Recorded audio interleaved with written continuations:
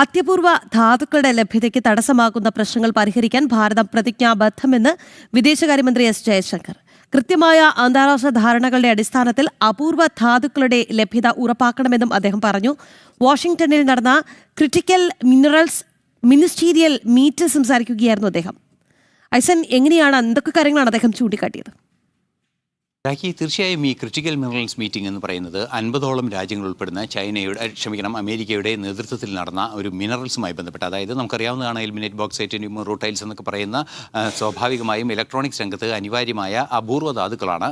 ഈ അപൂർവ ധാതുക്കളെ സംബന്ധിച്ചൊക്കെ നമുക്ക് കൂടുതൽ പരിശോധിക്കുകയാണെങ്കിൽ ദിവസങ്ങൾക്ക് മുമ്പ് ഈ ഫെബ്രുവരി 1-ാം തീയതിയാണ് നിർമ്മല സീതാരാമൻ ഒരു കോറിഡോർ സംബന്ധിച്ച് ഒരു വിശദീകരണം നടത്തിയത്. നമുക്കറിയാവുന്നതാണ് ആന്ധ്ര, തമിഴ്നാട്, കേരളം, ഒറീസയൊക്കെ ഉൾപ്പെടുന്ന ഒരു മിനറൽ കോറിഡോർ, ഒരു മിനറൽ കോറിഡോർ തയ്യാറാക്കുമെന്നൊക്കെ അറിയിച്ചിരുന്നു. അതേ കോറിഡോർ തന്നെയാണ് ഇന്ന് എസ് ജയശങ്കർ പരാമർശിച്ചിരിക്കുന്നത്. അതായത് അപൂർവ ധാതുക്കളുടെ ലഭ്യത ഉറപ്പാക്കുന്നതിനെ കാര്യക്ഷമമായ ലോജിസ്റ്റിക് മാനേജ്മെൻറ്റും അതുപോലെ തന്നെ അതിൻ്റെ പ്രൊഡക്ഷനും കൃത്യമായി നടത്തുന്നതിനുള്ള എല്ലാ ശ്രമങ്ങളും ഭാരതം നടത്തുന്നു. അതിലൊരു ഘടകം ഈ കോറിഡോർ പോലുള്ള ചില നീക്കങ്ങളാണ്.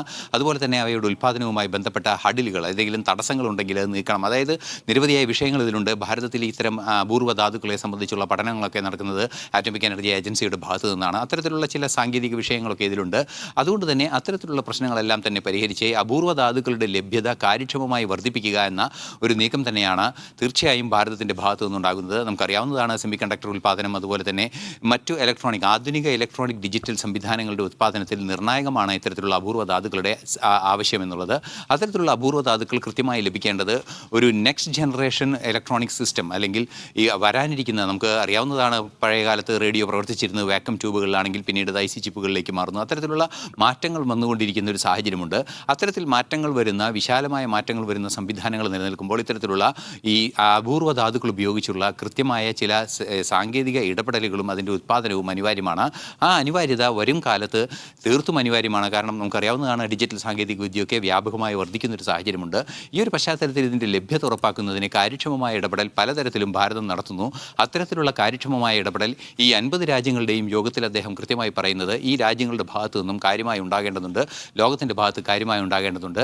ഡിജിറ്റൽ സാങ്കേതിക വിദ്യ ലോകത്തെ തന്നെ പ്രോസ്പറാക്കുന്നതിനും ദാരിദ്ര്യ നിർമ്മാർജ്ജനം ഏത് രീതിയിലായാലും രാജ്യത്തിൻ്റെ പ്രശ്നങ്ങളെ സംബന്ധിച്ച് ഒരു രാജ്യവും അതിൽ മനുഷ്യരും നേരിടുന്ന പ്രശ്നങ്ങളെ പരിഹരിക്കുന്നതിൽ ഡിജിറ്റൽ സാങ്കേതിക വിദ്യയ്ക്ക് അനിവാര്യമായതും അനിഷേധ്യമായതുമായ സാധ്യതയുണ്ട്. അതിൻ്റെ ഹാർഡ്വെയറുകൾ കൃത്യമായി ലഭ്യമാക്കുന്നതിന് ഇത്തരം ധാരണകൾ അനിവാര്യമാണ്. അത്തരം രംഗങ്ങളിൽ കാര്യമായ സഹകരണം ഈ രാജ്യങ്ങളുടെ ഭാഗത്തു നിന്ന്, അതായത് ഈ റയർ മിനറൽ മിനിസ്റ്റീരിയൽ മീറ്റിംഗിൽ ഭാഗമായി ഉണ്ടായിരുന്ന അംഗരാജ്യങ്ങളും എല്ലാം തന്നെ ഇക്കാര്യത്തിൽ കാര്യമായ സഹകരണം നടത്തണമെന്നൊരു നിലപാടാണ് അദ്ദേഹം അറിയിച്ചത്. അതെ, വ്യക്തമാണ്. നമ്മുടെ വിദേശകാര്യമന്ത്രി എസ് ജയശങ്കർ അമേരിക്കൻ സന്ദർശനം നടത്തുന്നു. അവിടെ അദ്ദേഹം പറയുന്ന ഓരോ കാര്യങ്ങളും വളരെ പ്രസക്തമാണ്. കാരണം അമേരിക്ക ഭാരതത്തിന്മേലുള്ള താരിഫ് കുറച്ചതിന് ശേഷം ആണ് വിദേശകാര്യമന്ത്രി അങ്ങോട്ടേക്ക് പോകുന്നത്. അപ്പോൾ ഇന്ത്യയും അമേരിക്കയും തമ്മിലുള്ള ആ ബന്ധം ഏത് തരത്തിൽ മുന്നോട്ട് പോകുന്നു, അത് വളരെ പ്രധാനപ്പെട്ട വാർത്തയാണ്. അത് ഐസൻ ജോസാണ് ആ വാർത്ത പങ്കുവച്ചത്.